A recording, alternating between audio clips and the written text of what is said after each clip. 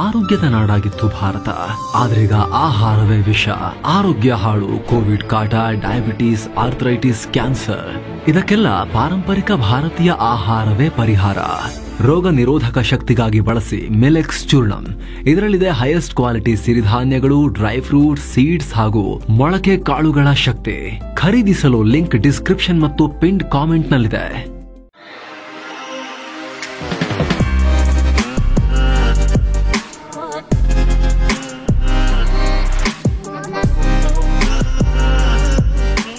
Hi friends, ದಿನದ ಎಲ್ಲ ಪ್ರಮುಖ ಸುದ್ದಿಯನ್ನು ನಿಮಗೆ ತಲುಪಿಸುವ mastmaga.com ಫುಲ್ ನ್ಯೂಸ್ಗೆ ಸ್ವಾಗತ. ನಾನು ಅಮರ್ ಪ್ರಸಾದ್. ಇಸ್ರೇಲ್ ಮತ್ತು ಇರಾನ್ ನಡುವಿನ ಸಂಘರ್ಷದ ಮಧ್ಯದಲ್ಲೇ ಇಸ್ರೇಲ್ಗೆ ಮತ್ತೊಂದು ವಾರ್ ಫ್ರಂಟ್ ಓಪನ್ ಆಗಿದೆ. ಯುದ್ಧದ ಇನ್ನೊಂದು ಭಾಗ ಓಪನ್ ಆಗಿದೆ. ಇಸ್ರೇಲ್ ಈಗ ಲೆಬನಾನ್ನ ಹೆಜ್ಬುಲ್ಲಾಗಳ ಮೇಲೂ ಕೂಡ ದಾಳಿ ಮಾಡಿದೆ. ಇದೇ ಮೊದಲ ಬಾರಿಗೆ ಇಸ್ರೇಲ್ನ ನೌಕಾಪಡೆ ಯುದ್ಧಕ್ಕೆ ಧುಮುಕಿದೆ. ದಕ್ಷಿಣ ಲೆಬನಾನ್ನ ನಕೋರಾ ಸಿಟಿ ಬಳಿ ಇರೋ ಹೆಜ್ಬುಲ್ಲಾಗಳ ಕ್ಯಾಂಪ್ ಗುರಿಯಾಗಿಸಿಕೊಂಡು ಈ ದಾಳಿ ಮಾಡಲಾಗಿದೆ. ಹೆಜ್ಬುಲ್ಲಾಗಳ ರದ್ವಾನ್ ಫೋರ್ಸ್ನ ಉಗ್ರ ನೆಲೆಗಳನ್ನು ಧ್ವಂಸ ಮಾಡಿದ್ದೀವಿ. ಇದನ್ನ ಇಸ್ರೇಲ್ ನಾಗರಿಕರ ಮೇಲೆ ದಾಳಿ ಮಾಡೋಕೆ ಹೆಜ್ಬುಲ್ಲಾಗಳು ಬಳಸ್ತಾ ಇದ್ರು ಅಂತ ಇಸ್ರೇಲಿ ಸೇನೆ ಹೇಳಿದೆ. ಗುರುವಾರವಷ್ಟೇ ಹಿಜ್ಬುಲ್ಲಾಗಳ ನಾಯಕ ಶೇಖ್ ಕ್ವಾಸಿಮ್ ಇಸ್ರೇಲ್ ಹಾಗೂ ಅಮೆರಿಕ ಜೊತೆಗಿನ ಸಂಘರ್ಷದಲ್ಲಿ ಇರಾನ್ಗೆ ಎಲ್ಲ ರೀತಿಯ ಸಪೋರ್ಟ್ ನಮ್ದು ಅಂತ ಹೇಳಿದ. ಆದರೆ ಭೂಗಡಿಯಲ್ಲಿ ಯಾವುದೇ ಪ್ರಚೋದನೆ ಕೊಟ್ಟಿರಲಿಲ್ಲ. ಯಾಕಂದ್ರೆ ಇಸ್ರೇಲ್ ಮತ್ತು ಲೆಬನಾನ್ ಭೂಗಡಿಯಲ್ಲಿ ಈಗ ಹೆಜ್ಬುಲ್ಲಾಗಳಿಲ್ಲ. ಒಪ್ಪಂದ ಆಗಿ ಅವ್ರನ್ನ ಒಳಕಳಿಸಲಾಗಿದೆ. ಅವರು ಈ ಭೂಗಡಿ ಹತ್ರ ಬರಂಗಿಲ್ಲ. ಇಷ್ಟಾದ್ರೂ ಇಸ್ರೇಲ್ ವಿರುದ್ಧ ಹೆಜ್ಬುಲ್ಲಾ ಜಸ್ಟ್ ಒಂದೇ ಒಂದು ಹೇಳಿಕೆ ಕೊಟ್ಟಿತ್ತು, ಇರಾನ್ ಪರ ನಿಲ್ತೀವಿ, ನಾವು ಎಲ್ಲ ಸಹಕಾರ ಕೊಡ್ತೀವಿ ಅಂತ. ಅದರ ಬೆನ್ನಲ್ಲೇ ನೌಕಾಪಡೆ ತಗೊಂಡು ಹೋಗಿ ಮೆಡಿಟರೇನಿಯನ್ ಸಮುದ್ರದಲ್ಲೂ ಹೋಗಿ ಸ್ಫೋಟಕದ ಮಳೆಯನ್ನ ಸುರಿಸ್ ಬಂದಿದ್ದಾರೆ ಇಸ್ರೇಲ್ನವರು ಹಿಜ್ಬುಲ್ಲಾ ಮೇಲೆ. ಇದರಲ್ಲಿ ಪ್ರಾಣಹಾನಿ ಏನಾಗಿದೆ, ಎಷ್ಟು ಜನ ಹೋಗಿದ್ದಾರೆ ಹಿಜ್ಬುಲ್ಲಾಗಳು, ಇನ್ನೂ ಮಾಹಿತಿ ಇಲ್ಲ. ಇತ್ತ ಇಸ್ರೇಲ್ ತನ್ನ ದಾಳಿಯನ್ನು ಮುಂದುವರೆಸಿದೆ. ವಾಯುವ್ಯ ಇರಾನ್ನಲ್ಲಿ ಇಸ್ರೇಲ್ ದಾಳಿಗೆ 4 IRGC ಇರಾನ್ ರೆವಲ್ಯೂಷನರಿ ಗಾರ್ಡ್ ಕೋರ್ನ ಯೋಧರು ಪ್ರಾಣ ಕಳ್ಕೊಂಡಿದ್ದಾರೆ ಅನ್ನೋ ಮಾಹಿತಿ ಇರಾನ್ ಮಾಧ್ಯಮಗಳೇ ಕೊಟ್ಟಿವೆ. ಅತ್ತ ದಕ್ಷಿಣ ಇರಾನ್ನ ಶಿರಾಜ್ ನಗರದ ಮೇಲೂ ಕೂಡ ಸೇನಾ ನೆಲೆಗಳನ್ನು ಗುರಿಯಾಗಿಸಿ ಇಸ್ರೇಲ್ ದಾಳಿ ಮಾಡಿದೆ. ಹೊಸ ದಾಳಿಯಲ್ಲಿ ಸಯೀದ್ ಇಜಾದಿ ಮತ್ತು ಬೆಹನಂ ಶಹರಿಯಾರಿ ಅನ್ನೋ ಇಬ್ರು ಇರಾನ್ನ ಟಾಪ್ ಕಮಾಂಡರ್ಗಳು ಪ್ರಾಣ ಕಳ್ಕೊಂಡಿದ್ದಾರೆ ಅಂತ ಇಸ್ರೇಲಿ ಸೇನೆ ಹೇಳಿದೆ. ಇರಾನ್ ಇಸ್ರೇಲ್ ಕದನದಲ್ಲಿ ಅಮೆರಿಕ ಭಾಗಿಯಾದ್ರೆ ಮುಂದೆ ಎಲ್ರಿಗೂ ಅಪಾಯ ಕಾದಿರುತ್ತೆ. ಇದರಿಂದ ಎಲ್ಲರ ಮೇಲೂ ಕೆಟ್ಟ ಪರಿಣಾಮ ಆಗುತ್ತೆ ಅಂತ ಇರಾನ್ ವಿದೇಶಾಂಗ ಸಚಿವ ಅಬ್ಬಾಸ್ ಅರಾಕ್ಚಿ ಎಚ್ಚರಿಕೆಯನ್ನ ಕೊಟ್ಟಿದ್ದಾರೆ. ಅದರ ಅರ್ಥ ಅಮೆರಿಕ ಏನಾದ್ರೂ ಬಂದ್ರೆ ನಾವು ಸುಮ್ಮನಿರಲ್ಲ, ನಮ್ಮನ್ನು ಫಿನಿಶ್ ಮಾಡಕ್ ಬಂದ್ರೆ ನಾವು ಸುಮ್ಮನಿರಲ್ಲ. ನಮ್ಮ ಸುತ್ತಲೂ ಅಮೆರಿಕದ ಮಿತ್ರರಿದ್ದಾರೆ. ಸೌದಿ ಇದೆ, ಕತರ್ ಇದೆ, UAE ಇದೆ, ಅಮೆರಿಕದ ಸುನ್ನಿ ಅರಬ್ ಮಿತ್ರರಿದ್ದಾರೆ ಸುತ್ತಲೂ ಕೂಡ. ಅವ್ರ ಮೇಲೂ ಕೂಡ ದಾಳಿ ಮಾಡಿ ನಾವು ಎಲ್ಲರೂ ಒಟ್ಟಿಗೆ ಹೋಗೋಣ ಅನ್ನೋ ರೀತಿಯಲ್ಲಿ ಬೆದರಿಕೆ ಹಾಕ್ತಾ ಇದೆ ಇರಾನ್. ಅಲ್ಲದೆ ಇಸ್ರೇಲ್ ನಡೆಸ್ತಿರೋ ದಾಳಿಯಿಂದಾಗಿ ಇರಾನ್ನಲ್ಲಿ ಕನಿಷ್ಠ 430 ಜನರ ಪ್ರಾಣ ಹೋಗಿದೆ, 3,500 ಜನ ಗಾಯಗೊಂಡಿದ್ದಾರೆ ಅಂತ ಇರಾನ್ ಸರ್ಕಾರ ಅಧಿಕೃತ ಲೆಕ್ಕ ಕೊಟ್ಟಿದೆ. ಅನ್ಅಫಿಷಿಯಲ್ ಲೆಕ್ಕ 650ಕ್ಕೂ ಅಧಿಕ ಅಂತ ಹೇಳಿ ಬೆಳಗ್ಗೆನೆ 21ನೇ ತಾರೀಕು ಬೆಳಗ್ಗೆನೆ ಆ ನಂಬರ್ ಬಂದಿತ್ತು. ಆದ್ರೆ ಇರಾನ್ ಸರ್ಕಾರ ಅಫಿಷಿಯಲ್ ಆಗಿ ಕೊಟ್ಟಿರೋ ನಂಬರ್ 430ಕ್ಕೂ ಅಧಿಕ ಅಂತ. ಈ ಮಧ್ಯೆ ಇಸ್ರೇಲ್ ದಾಳಿಗೆ ಹೆದರಿ ಅಫ್ಘಾನಿಸ್ತಾನದ ನಿರಾಶ್ರಿತರು ಮತ್ತೆ ಅಫ್ಘಾನಿಸ್ತಾನಕ್ಕೆ ಹೋಗ್ತಾ ಇದ್ದಾರೆ ಅಂತ ಕೂಡ ವರದಿಯಾಗಿದೆ. ಇಲ್ಲಿಗಿಂತ ಅಲ್ಲೇ ಪರವಾಗಿಲ್ಲ ಅಂತ ಲಕ್ಷಾಂತರ ಮಂದಿ ಗಡಿ ದಾಟ್ತಾ ಇದ್ದಾರೆ. ವಿಶ್ವಸಂಸ್ಥೆಯ ರೆಫ್ಯೂಜಿ ಏಜೆನ್ಸಿ ಈ ಮಾಹಿತಿ ಕೊಟ್ಟಿದೆ. ಇರಾನ್ ಮತ್ತು ಇಸ್ರೇಲ್ ಸಂಘರ್ಷದ ನಡುವೆ ಇರಾನ್ ಅಧ್ಯಕ್ಷ ಮಸೌದ್ ಪೆಜೆಶ್ಕಿಯಾನ್ ಮತ್ತು ಫ್ರಾನ್ಸ್ ಅಧ್ಯಕ್ಷ ಇಮಾನ್ಯುಯಲ್ ಮ್ಯಾಕ್ರಾನ್ ಫೋನ್ ಕಾಲ್ನಲ್ಲಿ ಮಾತನಾಡಿದ್ದಾರೆ. ಈ ವೇಳೆ ಇರಾನ್ನ ನ್ಯೂಕ್ಲಿಯರ್ ಪ್ರೋಗ್ರಾಂ ಮಾತುಕತೆಯನ್ನ ಮತ್ತಷ್ಟು ವೇಗಗೊಳಿಸೋಕೆ ಮಸೌದ್ ಪೆಜೆಶ್ಕಿಯಾನ್ ಒಪ್ಪಿಗೆ ಸೂಚಿಸಿದ್ದಾರೆ. ಇನ್ನು ಈ ಉದ್ವಿಗ್ನತೆ ನಡುವೆ ಅಮೆರಿಕದ 2 B-2 ಸ್ಟೆಲ್ತ್ ಬಾಂಬರ್ಗಳು ಮಿಸೂರಿಯಲ್ಲಿರೋ ವೈಟ್ ಮ್ಯಾನ್ ಏರ್ ಫೋರ್ಸ್ ಬೇಸ್ನಿಂದ ಗ್ವಾಮ್ ದ್ವೀಪದಲ್ಲಿರುವ ಅಮೆರಿಕ ಸೇನಾ ನೆಲೆಗೆ ಪ್ರಯಾಣ ಬೆಳೆಸಿವೆ. ಫ್ಲೈಟ್ ಟ್ರ್ಯಾಕಿಂಗ್ ಡೇಟಾ ಮೂಲಕ ಈ ಮಾಹಿತಿ ಗೊತ್ತಾಗಿದೆ. ಈ ಪ್ರದೇಶವನ್ನ ಸ್ಪ್ಯಾನಿಷ್ ಅಮೆರಿಕನ್ ಯುದ್ಧದ ನಂತರ ಅಮೆರಿಕ ತನ್ನ ವಶಕ್ಕೆ ಪಡೆದಿತ್ತು. ಇದು ಸದ್ಯ ಅಮೆರಿಕದ ಕಂಟ್ರೋಲ್ನಲ್ಲಿದೆ. ಈ ಪ್ರದೇಶದಲ್ಲಿ ಇರೋರು ಕೂಡ ಅಮೆರಿಕದ ಪ್ರಜೆಗಳಾಗಿದ್ದಾರೆ. ಇರಾನ್ ವಿರುದ್ಧ ಇಸ್ರೇಲ್ ಮಾಡ್ತಿರೋ ದಾಳಿಗೆ ಟರ್ಕಿ ಆಕ್ರೋಶ ಹೊರಹಾಕಿದೆ. ಇರಾನ್ ಅಮೆರಿಕ ಮಧ್ಯೆ ನ್ಯೂಕ್ಲಿಯರ್ ಡೀಲ್ ಬಗ್ಗೆ ಹೊಸ ಸುತ್ತಿನ ಮಾತುಕತೆ ನಡೆಯುವ ಮುನ್ನವೇ ಇಸ್ರೇಲ್ ದಾಳಿ ನಡೆಸ್ತಾ ಇದೆ. ಈ ಮಾತುಕತೆಯನ್ನು ಹಾಳು ಮಾಡಬೇಕು ಅನ್ನೋ ಉದ್ದೇಶದಿಂದಲೇ ಇಸ್ರೇಲ್ ದಾಳಿ ಮಾಡ್ತಾ ಇದೆ ಅಂತ ಟರ್ಕಿ ಅಧ್ಯಕ್ಷ ರಸಿಪ್ ತಾಯಿಪ್ ಅರ್ಡೋಆನ್ ಹೇಳಿದ್ದಾರೆ. ಅಲ್ಲದೆ ಈ ಸಂಘರ್ಷ ಒಟ್ಟಾರೆ ಇಡೀ ಮಿಡಲ್ ಈಸ್ಟ್ ಅನ್ನೇ ದುರಂತಕ್ಕೆ ಎಳ್ಕೊಂಡು ಹೋಗ್ತಾ ಇದೆ ಅಂತ ಟರ್ಕಿ ವಿದೇಶಾಂಗ ಸಚಿವ ಹಕನ್ ಫಿದಾನ್ ಕಳವಳ ವ್ಯಕ್ತಪಡಿಸಿದ್ದಾರೆ. ಇರಾನ್ನ ದಾಳಿ ನಾಳೆ ಅಮೆರಿಕದ ಮಿತ್ರ ಪಡೆಗಳ ಮೇಲೂ ಕೂಡ ವಿಸ್ತರಣೆಯಾಗಬಹುದು ಅನ್ನೋ ಭೀತಿ ಈ ಸುನ್ನಿ ರಾಷ್ಟ್ರಗಳನ್ನ ಕಾಡ್ತಾ ಇದೆ, ನಿಮಗೆ ಆಲ್ರೆಡಿ ಹೇಳಿದ ಹಾಗೆ. ಹೀಗಾಗಿ ಈ ಸಂಘರ್ಷವನ್ನ ಇಲ್ಲೇ ಸ್ಟಾಪ್ ಮಾಡಬೇಕು ಅಂತ UAE ಅಧ್ಯಕ್ಷರ ರಾಜತಾಂತ್ರಿಕ ಸಲಹೆಗಾರ ಅನ್ವರ್ ಗರ್ಗಾಶ್ ಕೂಡ ಒತ್ತಾಯ ಮಾಡಿದ್ದಾರೆ. ಮತ್ತೊಂದು ಕಡೆ ಇರಾನ್ ಅಣ್ವಸ್ತ್ರ ತಯಾರಿಸುತ್ತಿದೆ ಅನ್ನೋದಕ್ಕೆ ಯಾವುದೇ ಸಾಕ್ಷ್ಯ ಇಲ್ಲ ಅಂತ ರಷ್ಯಾ ಅಧ್ಯಕ್ಷ ಪುಟಿನ್ ಇಸ್ರೇಲ್ಗೆ ಹೇಳಿದ್ದಾರೆ. ಯುಎಇ ಮೂಲದ ಸ್ಕೈ ನ್ಯೂಸ್ ಅರೇಬಿಯಾ ಮಾಧ್ಯಮದ ಇಂಟರ್ವ್ಯೂನಲ್ಲಿ ಈ ವಿಚಾರ ಹೇಳಿದ್ದಾರೆ. ಇರಾನ್ ಅಣ್ವಸ್ತ್ರ ತಯಾರಿಸುತ್ತಿದೆ ಅನ್ನೋದಕ್ಕೆ ಇಂಟರ್ನ್ಯಾಷನಲ್ ಅಟಾಮಿಕ್ ಎನರ್ಜಿ ಏಜೆನ್ಸಿ ಹತ್ರ ಕೂಡ ಯಾವುದೇ ಸಾಕ್ಷ್ಯ ಇಲ್ಲ. ಈ ವಿಚಾರವನ್ನು ನಾವು ಇಸ್ರೇಲ್ ನಾಯಕರ ಗಮನಕ್ಕೂ ತಂದಿದ್ದೀವಿ ಅಂತ ಪುಟಿನ್ ಹೇಳಿದ್ದಾರೆ. ಆದರೆ ಇಸ್ರೇಲ್ ಸದ್ಯಕ್ಕೆ ಇದ್ರ ಬಗ್ಗೆ ಯಾವುದೇ ಉತ್ತರವನ್ನ ಕೊಟ್ಟಿಲ್ಲ. ಅವ್ರು ನಾವ್ ಯಾರು ಹೇಳಿದ್ದು ಕೇಳಲ್ಲ, ನಮಗೆ ಗೊತ್ತು, ಅವ್ರು ರೆಡಿ ಮಾಡ್ಕೊಳ್ತಿದ್ದಾರೆ, ಮಾಡಿ ನಮ್ಮ ಮೇಲೆ ಹಾಕಕ್ಕೆ ಅವ್ರು ಇರೋದು ಒಂದು ಅವ್ರು ಇರಬೇಕು ಅಂದ್ರೆ ನಾವಿರಬೇಕು, ಅವ್ರಿಗೆ ಶಸ್ತ್ರಾಸ್ತ್ರ ಇರಂಗಿಲ್ಲ ಅಂತ ಹೇಳಿ ಇಸ್ರೇಲ್ ಹುಂಕರಿಸ್ತಾ ಹೋಗ್ತಾ ಇದೆ ಖಾಮಿನೆಗಳ ವಿರುದ್ಧ. ಎಂಟೈರ್ ಇರಾನ್ ವಿರುದ್ಧ ನಮ್ಮ ಯುದ್ಧ ಅಲ್ಲ, ನಾಗರಿಕರ ಮೇಲಲ್ಲ, ಖಾಮಿನೆಗಳ ಆಡಳಿತದ ವಿರುದ್ಧದ ಯುದ್ಧ ಇದು. ಅವ್ರನ್ನ ಫಿನಿಶ್ ಮಾಡಬೇಕು, ಅವ್ರನ್ನ ಅಲ್ಲಿ ಅಧಿಕಾರ ಬದಲಾವಣೆ ಬೇರೆ ಯಾರಾದ್ರೂ ಬರಬೇಕು. ಅಣ್ವಸ್ತ್ರ ತಗೊಳಂಗಿಲ್ಲ ಇರಾನ್. ಅವ್ರು ಬಂದ್ರೆ, ಅವ್ರ ಕೈಲಿ ಅಣ್ವಸ್ತ್ರ ಬಂದ್ರೆ ನಮ್ಮನ್ನು ಅವ್ರು ಬದುಕಕ್ ಬಿಡಲ್ಲ. ಇಲ್ಲ ಅಷ್ಟೇ, ಯುದ್ಧ ಆಗುತ್ತಷ್ಟೇ ಅಂತ ಹೇಳಿ ಇಸ್ರೇಲ್ ಹಾರ್ಕೊಂಡು ಹೋಗ್ತಾ ಇದೆ ಇರಾನ್ ಮೇಲೆ. ಏನೋ ಇಸ್ರೇಲ್ ಇರಾನ್ ಯುದ್ಧದಲ್ಲಿ ಭಾರತ ಇರಾನ್ ಪರ ನಿಲ್ಲಬೇಕು ಅಂತ ಮುಖ್ಯಮಂತ್ರಿ ಸಿದ್ದರಾಮಯ್ಯ ಕೇಂದ್ರ ಸರ್ಕಾರಕ್ಕೆ ಒತ್ತಾಯ ಮಾಡಿದ್ದಾರೆ. ಎರಡು ಕಡೆ ಭಾರಿ ಪ್ರಮಾಣದಲ್ಲಿ ಕ್ಷಿಪಣಿ ದಾಳಿ ಆಗ್ತಾ ಇದ್ರು ಕೂಡ ಭಾರತ ಇಲ್ಲಿವರೆಗೆ ಯಾವುದೇ ರಾಷ್ಟ್ರದ ಪರವಾಗಿ ಸೈಡ್ ತಗೊಂಡಿಲ್ಲ. ಹೀಗಾಗಿ ಭಾರತ ಇರಾನ್ ಪರ ನಿಲ್ಲಬೇಕು ಅಂತ ಕಾಂಗ್ರೆಸ್ ನಾಯಕಿ ಸೋನಿಯಾ ಗಾಂಧಿ ಎಕ್ಸ್ನಲ್ಲಿ ಪೋಸ್ಟ್ ಹಾಕಿದ್ರು. ಅದನ್ನ ಸಿಎಂ ಕೂಡ ಶೇರ್ ಮಾಡಿ ಕೇಂದ್ರ ಸರ್ಕಾರಕ್ಕೆ ಇರಾನ್ ಪರ ನಿಂತ್ಕೊಳ್ರಿ ಅಂತ ಆಗ್ರಹ ಮಾಡಿದ್ದಾರೆ. ಈ ಮೂಲಕ ಕಾಂಗ್ರೆಸ್ ಪಾರ್ಟಿ ಮತ್ತೊಮ್ಮೆ ಇಸ್ರೇಲ್ ವಿರುದ್ಧದ ನಿಲುವನ್ನು ತಗೊಂಡಿದೆ. ಈ ಹಿಂದೆ ಹಮಸ್ ಮತ್ತು ಇಸ್ರೇಲ್ ನಡುವಿನ ಸಂಘರ್ಷದ ವೇಳೆ ಅವರು ಇಸ್ರೇಲ್ ಅನ್ನ ಟೀಕಿಸೋ ರೀತಿಯಲ್ಲಿ ಪೋಸ್ಟ್ಗಳನ್ನು ಹಾಕಿದ್ರು. ಪ್ರಿಯಾಂಕಾ ಗಾಂಧಿ ಕೂಡ ಕೆಲವೊಂದಷ್ಟು ಗೆಸ್ಚರ್ಸ್ ಅನ್ನ ತೋರಿಸಿದ್ರು.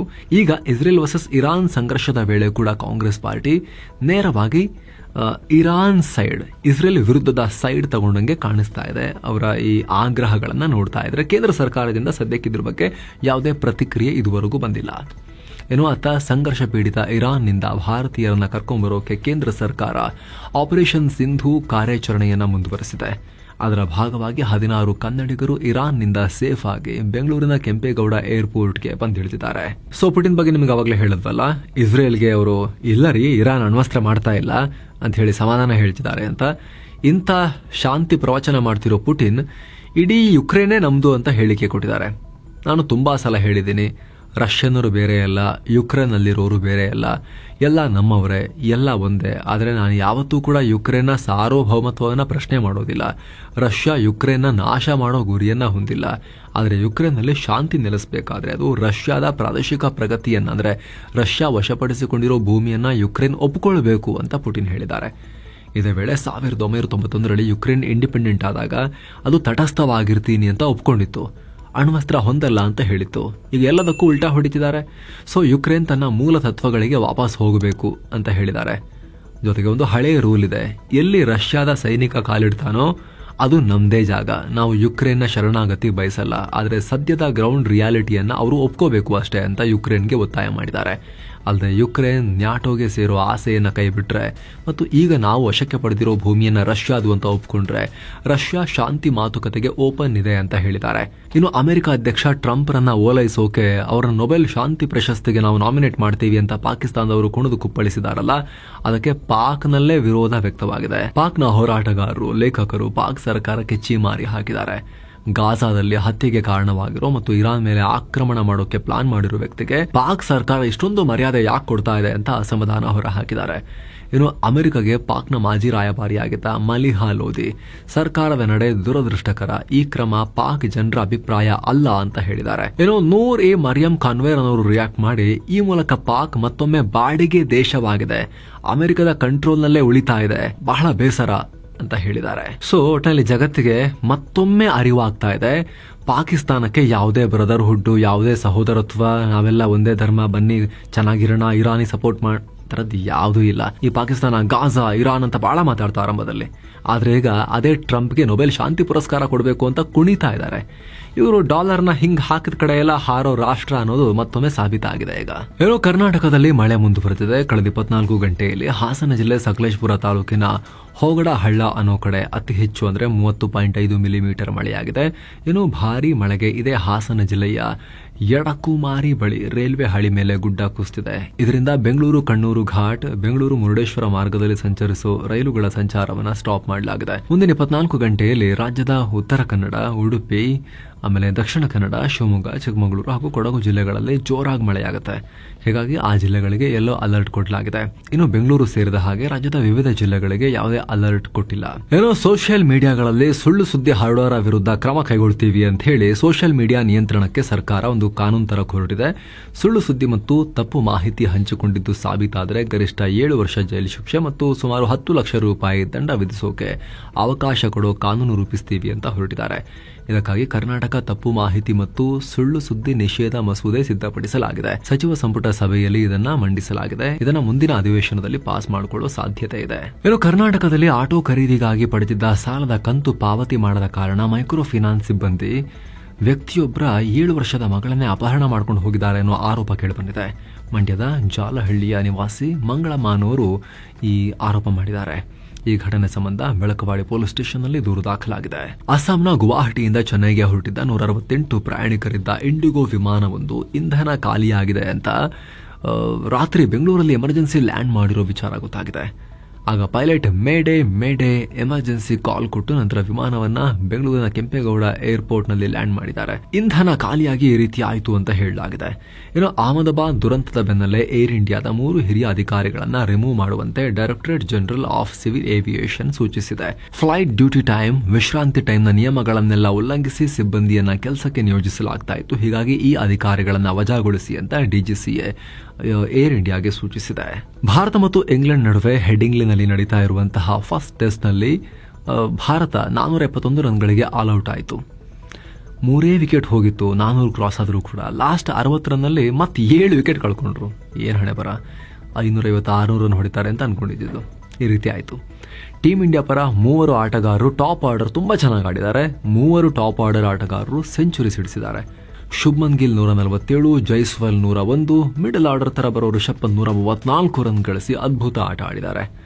ಏನು ಈ ವಿಡಿಯೋ ರೆಕಾರ್ಡ್ ಆಗೋ ಹೊತ್ತಿಗೆ 2ನೇ ದಿನದ ಆಟದಲ್ಲಿ ಇಂಗ್ಲೆಂಡ್ನ ಆಟ ಶುರುವಾಗಿದೆ. ಫಸ್ಟ್ ಇನ್ನಿಂಗ್ಸ್ ಬ್ಯಾಟಿಂಗ್ ಶುರುವಾಗಿದೆ. ಸ್ಕೋರ್ ಕಾರ್ಡ್ ಈ ರೀತಿಯಾಗಿತ್ತು.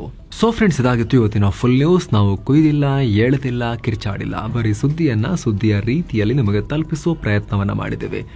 ನಮ್ಮ ಈ ಪ್ರಯತ್ನ ನಿಮಗೆ ಇಷ್ಟ ಆಗ್ತಾ ಇದ್ರೆ ದಯವಿಟ್ಟು mastmaga.com ಚಾನಲ್ಗೆ ಸಬ್ಸ್ಕ್ರೈಬ್ ಮಾಡಿ, ಪಕ್ಕದ ಬೆಲ್ ಐಕಾನ್ ಮೇಲೆ ಕ್ಲಿಕ್ ಮಾಡೋದನ್ನ ಯಾವುದೇ ಕಾರಣಕ್ಕೂ ಮರಿಬೇಡಿ. Thank you so much. ಮತ್ತೆ ಭೇಟಿ ಆಗ್ತಿರೋಣ. ನಮಸ್ತೆ.